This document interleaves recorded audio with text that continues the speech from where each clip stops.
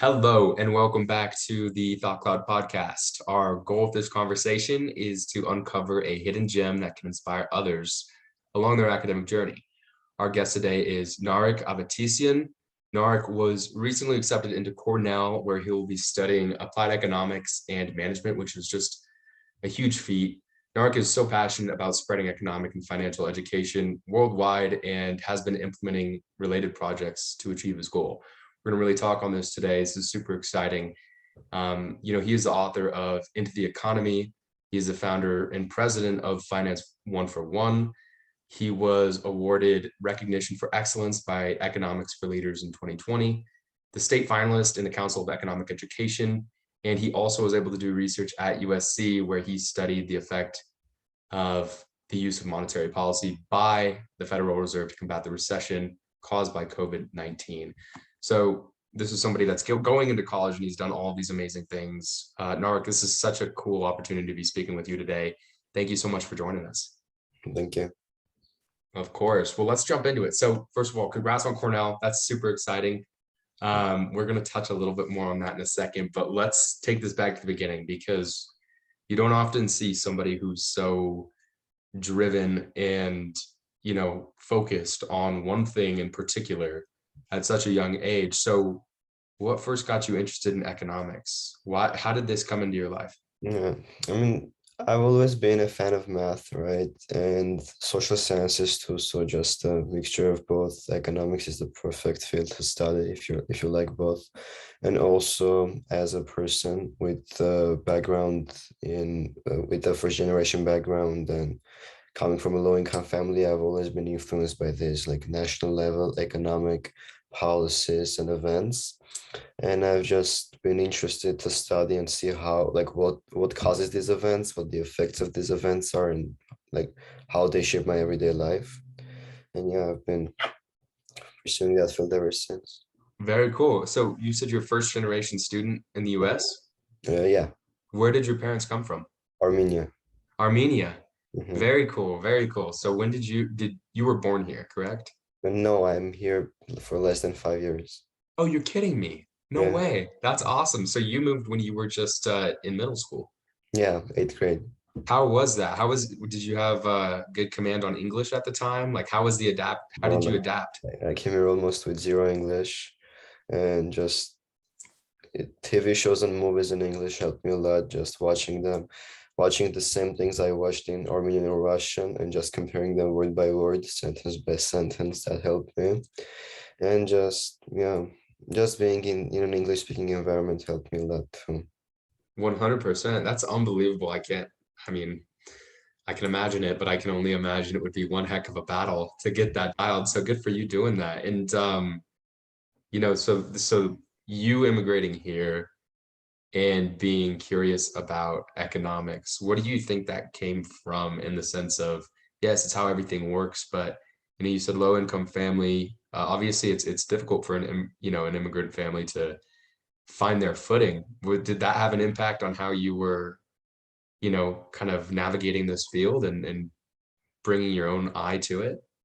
And it certainly helped me get interested in the field. And I don't think being from a low income background has hindered me from pursuing this field, but it Right. certainly helped me have a connection to the field. And it also keeps me going to learn more and see how like other people are affected too, not just me, because many other people are in my situation also, right? So it's certainly interesting how one field can explain so many people's situations and so many concepts that cause those situations. Definitely. No, I love that. That's really cool. I'm glad we uncovered that. I didn't realize you had just moved here 5 years ago. That's so cool. Well, very nice. And so what do you feel like the first real step you took towards making an impact in this field? I mean, you've already done a lot. When did it Yeah. first kind of click? Like, wow, that was a huge accomplishment. I mean, when I first decided to pursue economics and learn more about it, it was my sophomore year. I decided to self-study for the AP macroeconomics and AP microeconomics exams. My school didn't offer those, especially for sophomores, and just they offered 1 year, don't offer the next. So that year they didn't offer anything. So I signed up to take it at other schools. Self-studied till May, took them both, received a score of 5, high score, and just like with the my newly acquired economics knowledge, I founded my economics club at my high school, my junior year, and that was one of the first things I did. A few months prior to that, I founded Finance 141, my nonprofit organization. And if we want to choose a specific first accomplishment, I would say it's Finance 141. Yeah. Very cool. Very cool. Well, we're gonna dig more into finance one for one. I don't miss a lick on that. I'm sure there's plenty to go into, but let's talk about your book. Let's talk about your book first and, into the economy. Tell us what this book is about. What prompted you to write this book? And Nice. yeah, shed a little light on that. So going back to to me self-studying for those exams, right? I just mentioned those.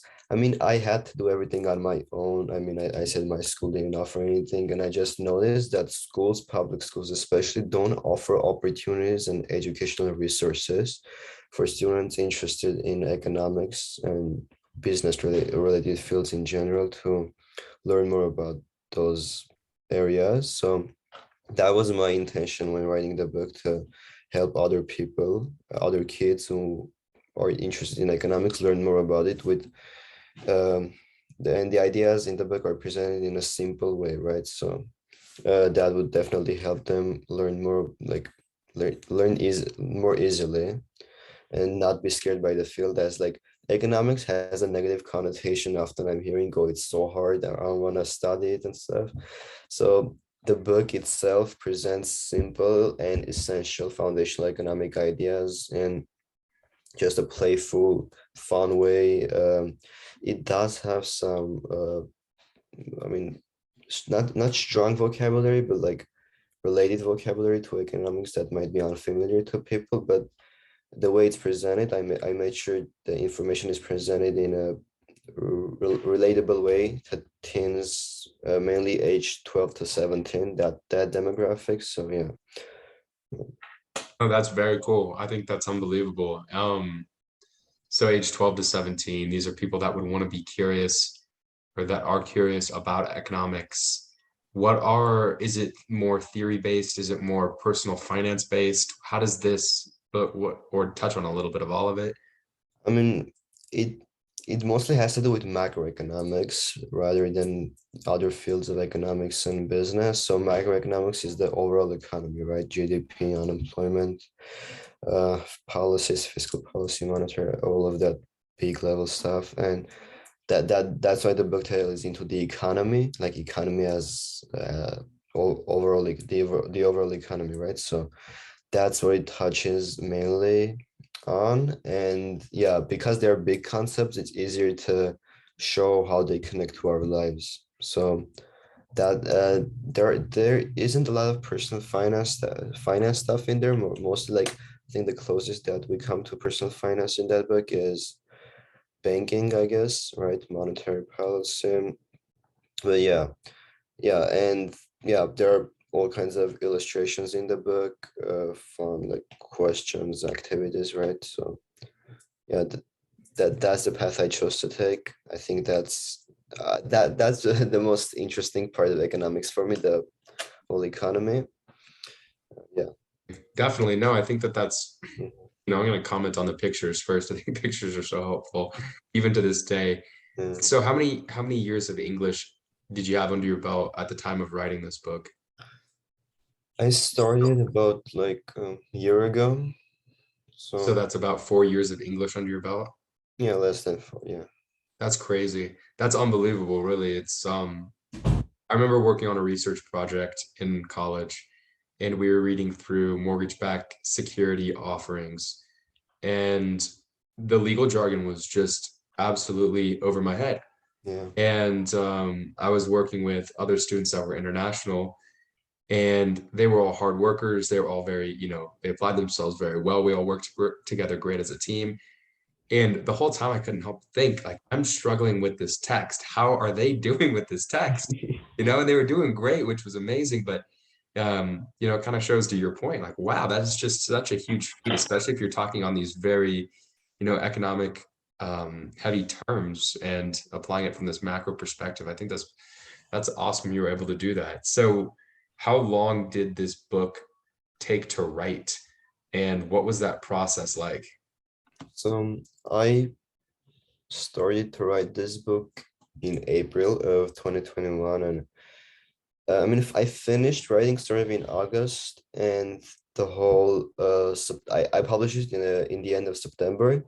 I think the whole month of September I just devoted it to formatting, just printing, publishing. Right, I published it through Amazon, and that's a lot of back and forth. It's a hassle, that part especially. But yeah, What's so the hassle on the publishing for kids that may want to publish their own book after listening to this? What does that look like? What should they be aware of? I mean, first of all, like they would want to decide on what kind of book they write, right? So if it's like this designing, that needs to go through it. But if it's an illustrative book like the one I did, I used Canva Pro. I got a free trial at Canva Pro, canceled it before I published it. Yeah. Um, yeah, that definitely helped. It's a pretty self-explanatory platform, Canva Pro. And yeah, the biggest hassle I would say is the like if you're a self-publisher, and most likely you'll be a self-publisher if you want to write a book by yourself as a kid, especially. There are a lot of requirements you're gonna have to meet for the platforms you publish on. So Amazon, like, you need to have this long margins. The text should be bigger than this font size. All of this back and forth. That was a hassle too, and just I tried to find some sources too, even though most of the stuff I wrote about, that was just my knowledge in economics. I needed to at least find some sources and not just have a blog type of book. Right. Yeah, I mean, yeah, it's not hard to find sources when you're looking for information, but it's hard to find sources when you know information and just need to Right. find something to back those up. Yeah. Gotcha. Gotcha. Well, that's super great you were able to do that. Mhm. Again, if anyone's out there wanting to learn more about economics, go check out Into the Economy by Narek on Amazon. It's on Kindle, correct? Yeah. Yeah, go check it out on Kindle. I'm definitely going to go check that out. I'm super excited for that. But let's talk now about you being the founder and president of Finance One for One. This was another big thing that you were able to do Yeah. in your high school time. So it's a nonprofit organization that promotes financial literacy and education of that everywhere. So you offer one-on-one sessions, workshops, educational resources about finance, with the main goal to increase the financial literacy rate in the US. Yeah. So deconstruct that for us. Tell us what that means. How did you guys get started? What was the thing that prompted you to say, I need to build a nonprofit? I need to start really taking action here. So just like economics, personal finance is also um, like underrepresented sort of in public high schools, that education, right? And I just wanted to do something about it by myself, workshops, one-on-one sessions. So like I'm using those type of services for free to educate others about personal finance, because it's really a really necessary skill to be able to manage your finances, and financial knowledge itself is really important. And public high schools, most of them don't do anything about it. So the most of our hope is on nonprofits, and I'm saying nonprofits and not other educational uh, opportunities, because most of them are either like paid, you have to pay money in order to learn how to manage your money, and I think that's sort of counterintuitive, or like online resources which require like some pre-existing knowledge to know about to understand how to. Okay, let me go back to those online resources. You have to know some financial knowledge prior in order to understand those, because it's really just an online, like let's say a PDF document. You need some prior knowledge to understand what the document says. What Finance 141 does, and it's in the organization's name too, it's 141, one-on-one, and also it's Finance 101, like Mm. introductory Yeah, finance. yeah, yeah. Yeah, I like that. yeah. So what we do is uh, pr provide personalized attention to our learners. So because there are one-on-one sessions, we try to maximize the effort we put into these educational experiences and just make sure the person who books with us gets the most knowledge that they possibly can get with that session, and not just, oh, pay us money, or like, here is something, learn it on your own. I'm just like taking the better part of both and putting it into Finance 141. Yeah, no, that's wonderful. I think offering that for free to these people Mhm. to teach them and give them the hands-on, exposure to that. I think that's great. So what was the process like getting this started? Like, in terms of team, in terms of outreach, I'm trying to think if I was starting this, who are some kids that I would want to reach out to? How did you get this Yeah. community built? So I initially like just Googled how to start a nonprofit, like just like that. And I actually, like, most nonprofits I see nowadays, they are just websites. Of course, they're not to undermine their work or anything, but they're just websites, right? And they obviously do something in their respective fields. What I did, I didn't even know I could just start a website and be done.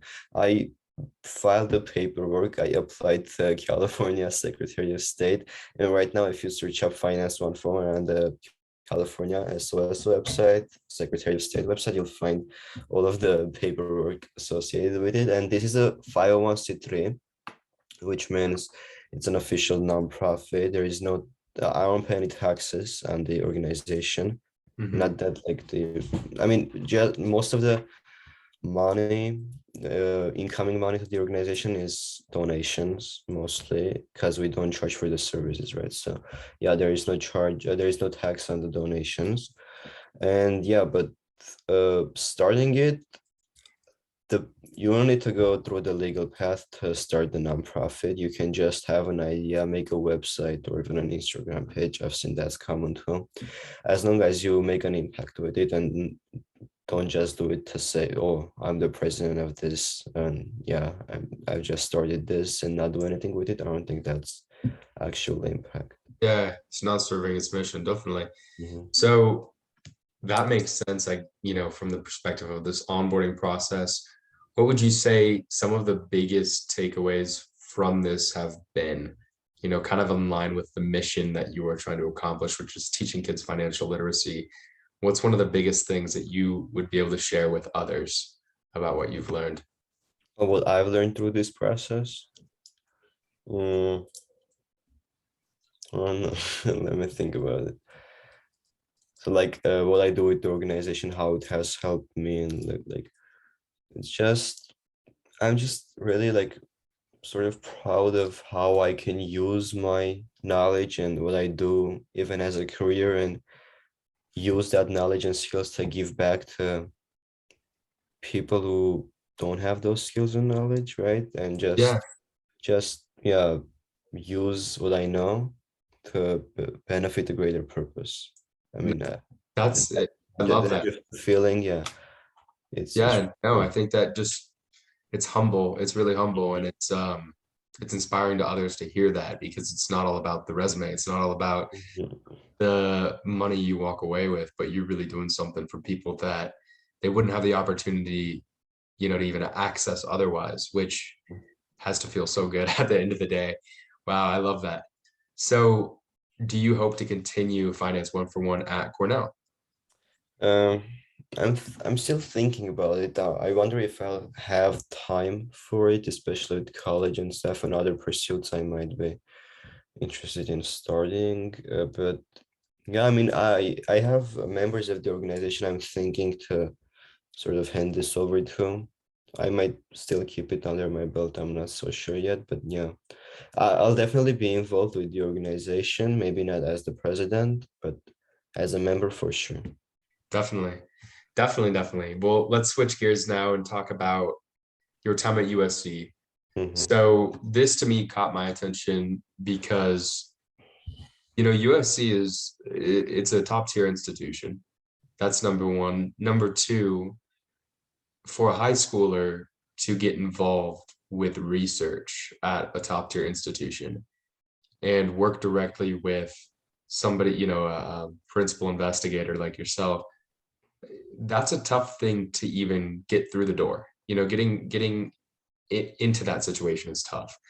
So how did you go about doing this? How did you get into this opportunity? Yeah, so I've been interested in academic research just generally and thought, why not do it, you know? Why not Yeah. just reach out to a professor and do it, especially that the issue of inflation has been on my mind like when I started doing the research, it's been on my mind for a couple of months, interested in investigating it. So I just called, emailed professors. I used to cold call, nothing much because professors don't really have their phone numbers public. I just called, emailed like 200 professors at once, and not just at USC, actually UCLA and Occidental too. It's a liberal arts college here in LA. So yeah, I called, emailed like, I don't know, like 400 professors in total, I guess. I'm not so sure. Like 2 to 3 responded, and only one was interested, which is the professor I've been working with. So yeah, I mean that was the biggest, that was the hardest part in getting started with the research. And yeah, of course, the reason it sounds impressive doing research at the high school level is because it's so hard to get started. And I think yeah, that's why that was the hardest part in doing the research, just finding a professor that can mentor you through the process, because on your own, I mean, it's not as easy as it sounds, right? Just find some information, create a paper, like yeah. So definitely finding a professor was helpful for me.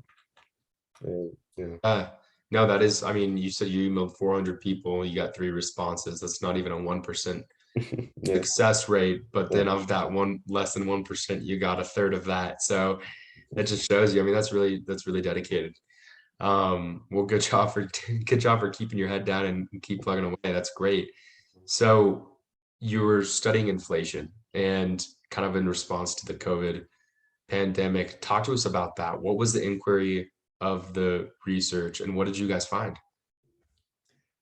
So uh, during the cold emailing process, I told the professor why I'm interested in doing research on inflation. He said, the person I used to work with, not now, said elaborate, like in a document. I wrote a one-page document and said, this is what's happening currently in the economy. These are the sources that back me up. And what I proposed to him was, I think inflation is about to happen, like at least like 5%, because at no point in the history of the Federal Reserve has the Fed used so much monetary policy to fight a recession.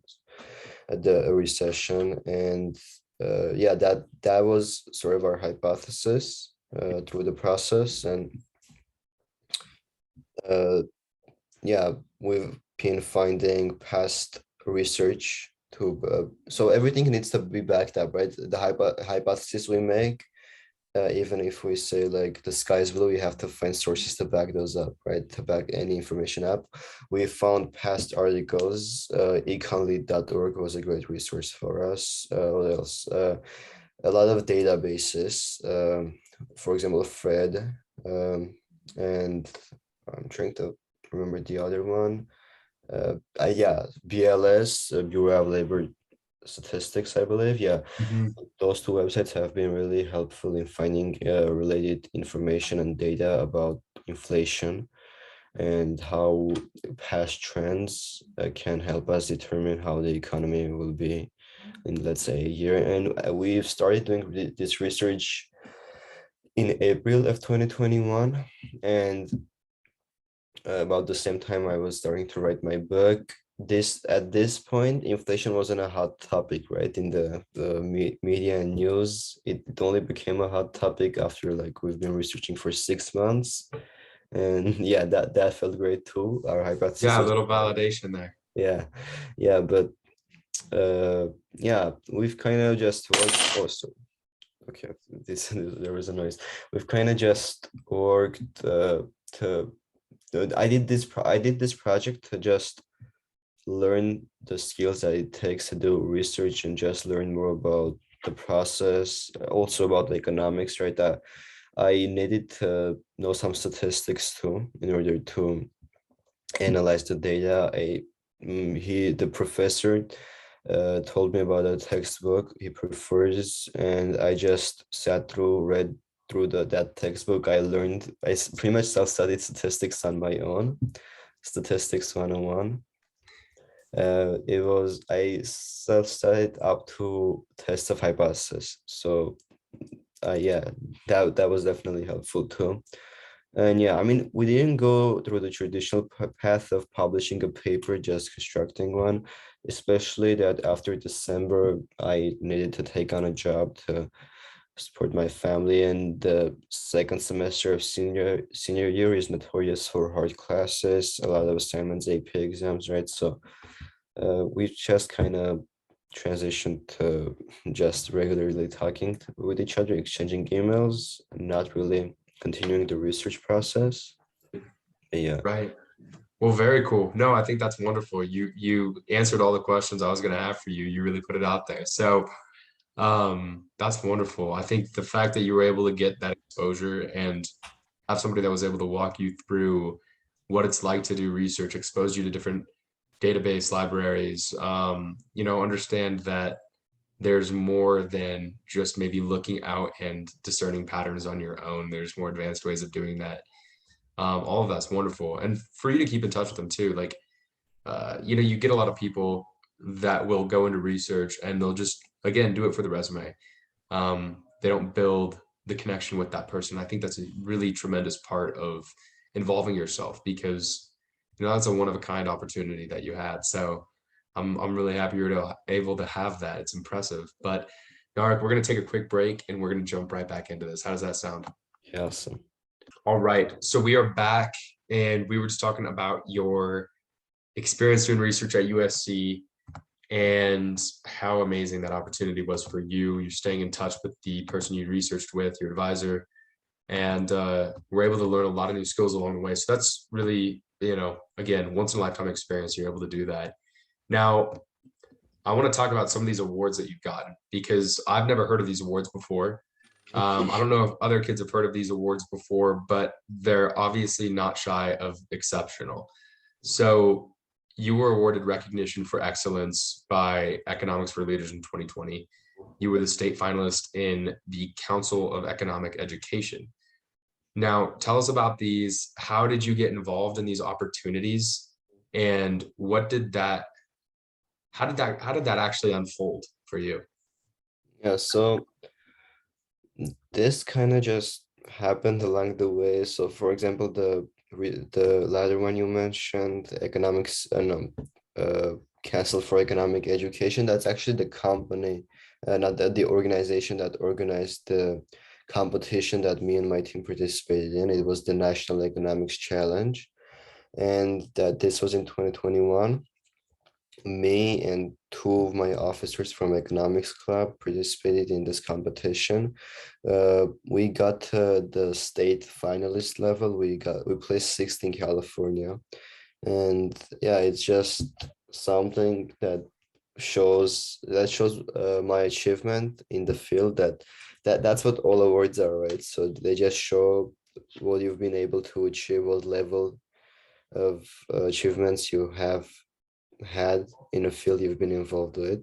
And Economics for Leaders, it was a summer program, sort of selective, and it was for rising juniors and seniors interested, rising sophomores and juniors interested in economics. And prior to COVID, this was supposed to be at a college campus. I applied to the Yale campus. Of course, COVID canceled it, so they just made it online for all of us. And yeah, the students that excelled in the program got received the award recognition for excellence. And Very cool. Very cool. What were your big takeaways from each of these experiences? I mean, economics for leaders, that sounds like a very immersive program. Yeah. Then Council of Economic Education sounds like a great way to recognize people that have been doing things such as maybe, economics for leaders. So what was your big takeaway from both of these? So economics for leaders happened about a year earlier than National Economics Challenge, and what this program did is it combined economics with leadership, as the name suggests. And this was a good experience for me to have before I started my economics club, and just I learned leadership skills associated with running an association, and definitely helped me. That definitely helped me a lot, and it increased my knowledge of economics and broadened my horizons to also learning about socioeconomic issues such as poverty, right, income inequality, stuff like that. And National Economics Challenge, it was a competition about like how much economics how do you know. It was a team challenge, so not just me. I had to educate my team members about economics also, and we were juniors at the time, so they didn't know about economics either. Like no one at our school knows economics before they take it their senior year. So that's a bit problematic, I think. But yeah, I helped those guys learn about economics too. We took a test. This noise. I'm playing the point. You're all good. You're all good.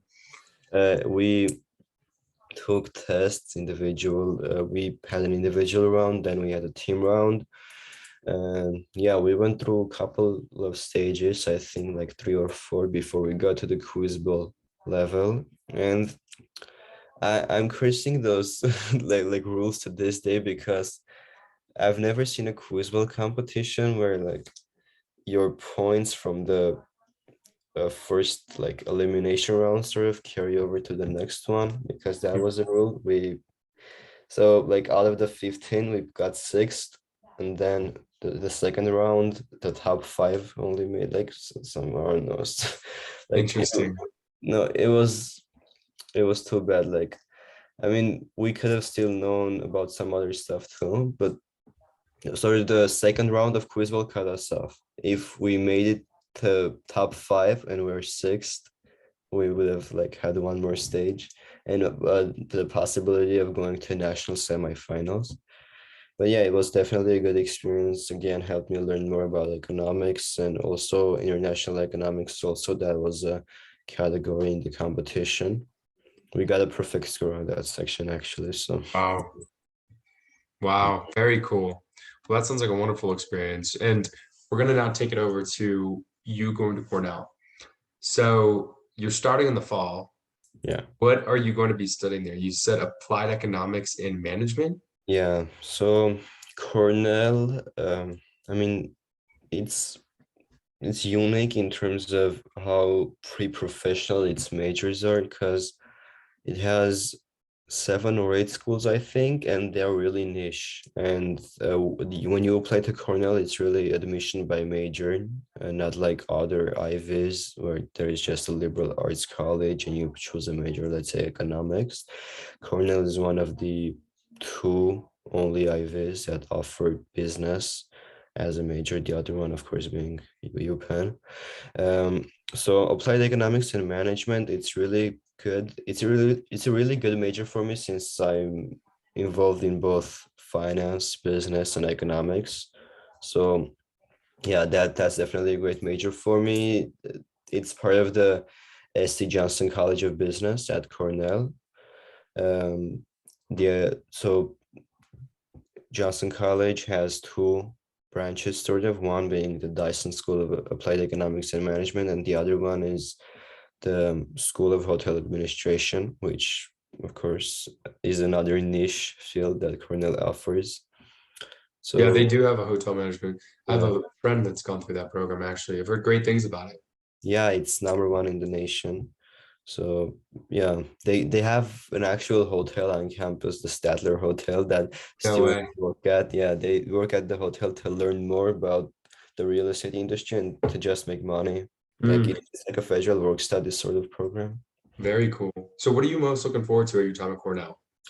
I mean, just pursuing, taking advantage of the opportunities available to me there and pursuing my education. The reason I applied, right, learning more about the field of economics and business, just the ins and outs. So like, I mean, that's what college is for, like, right? Like learning, not like learning. That's the thing I'm looking forward to. Also, making some friends who are pretty established in certain fields, because like right now in my public high school, which is like a Title I school, it means it receives money from a lot of funding from the government because it's so like underachieved sort of. People already know me as the guy that got into Cornell. Oh my God, like that's a big achievement, like in a high school that not a lot of people excel in. At Cornell, I'm just gonna be with people who are at the same level as me, and I hope to learn a lot from the people I talk to and help them. Yeah, help them grow, help them develop, Yeah, help them learn yeah. more, get Mm-hmm. Yeah, involved more, definitely. totally. And is there anything that you're nervous about going to Cornell? I Anything that mean, you're a little bit, oh goodness, I have to be aware of that, or I don't know how that's gonna play out. yeah. So right now I'm living in Glendale, as I previously mentioned. Glendale is sort of like an ethnic town. Not most of the 40% of the population is Armenian, and I think that's the biggest ethnic group here in Glendale. And most of the people I talk to at my school are Armenian too. We have like our own culture. Like it's really different from what you would usually see in a traditional American high school.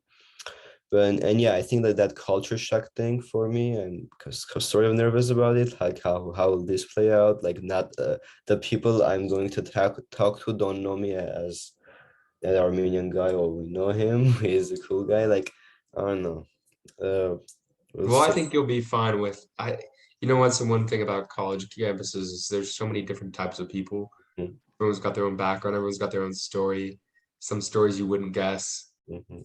And, it's kind of the people that have the open arms and are willing to know somebody for who they are. Those are the people you'll be attracted to if you do the same with them. So you'll be perfect. I don't have any worry in the world about you fitting in wherever, whatever you end up doing in the next 4 years. So I'm looking forward to seeing how that progresses. Did you have any schools besides Cornell that you were choosing between? Choosing between or applied to. Choosing between. I had three schools I was admitted to: Cornell, University of Michigan, and Boston College. I mean, Boston College was, I don't know, there's this ongoing joke that there are students who think very highly of themselves and they consider colleges, rather selective colleges, as safeties. I mean, I wouldn't consider myself as that type of a student, but Boston College was a safety for me. And I mean, I Boston College wasn't in the discussion. It was mainly between U Michigan and Cornell. And I guess like Cornell is just like going to an Ivy League school. Like it's a pretty big achievement, right? I mean, people wouldn't have the same reaction, like, oh, this guy is going to Michigan. Oh, good for him. It's like a public high school in Michigan. I mean, the caliber of the school, I don't think it matters, like how you'll play out in the future with your career and stuff. But the major I chose, business, the caliber of school you're going to is sort of important. And Michigan, or no, I also chose Cornell because of how collaborative their business school is. It's a unique business school for sure, because most business schools are known to have a cutthroat culture. Not Cornell; they have less than 1,000 students, I think, and Mm, everyone knows each other, helps each other. So that aspect too.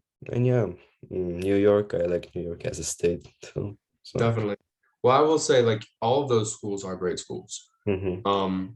I've had plenty of people that I've met from Boston College, from U Michigan, and I think all schools have their strengths. And just because a school isn't particular, you said this yourself, just because school isn't particularly having a strength in one, area specifically, doesn't mean that they don't have tremendous strengths in others. Like I know that UMich is a tremendous engineering school. Um, in Boston College has some really great STEM programs as well as, other liberal arts. But I think what you're drilling on here is the idea that, Cornell for your major, for what you're trying to do, was the best fit for you at the end of the day. And, yeah, Cornell is one of the hardest schools to get into. I mean, it's up in the top 10 hardest schools to get into, somewhere in that range. Yeah, sort of. So, yeah, so I mean, that's a tremendous feat. I mean, I don't blame you for that, talking about reaching versus settling versus safety nets. I mean, that's all part of the application process. So, yeah, I'm happy you're able to get into Cornell. That's a huge accomplishment. So, question for you: what did you wish you knew before the college application process? Um, I mean, I've been researching the process for all of my high school time, I guess, because I mean, like throughout all of my high school time, my mind was on Harvard because, that's the immigrant dream, right? Like, oh, like you're gonna get into Harvard, my dad always said, like, and I see right now after the college application process, Harvard, it was more of a concept than a school because it's the concept of a good school that you're gonna get into. And what was the question? I'm just What did you wish you knew before? okay. Yeah. I mean, I wish I would have started earlier. Like the the, the whole application process. I knew most of the stuff, but I wish I started earlier because I didn't know how many supplements I had to write. Like I knew how many, but I didn't know how much editing time I would rather have. Like I started writing my supplements on December 26th. The first deadline was on January 1st. And uh, Oh my God, that sounds like me. That's awful. I remember submitting something 20 minutes before a deadline, and my mom was freaking out in the kitchen.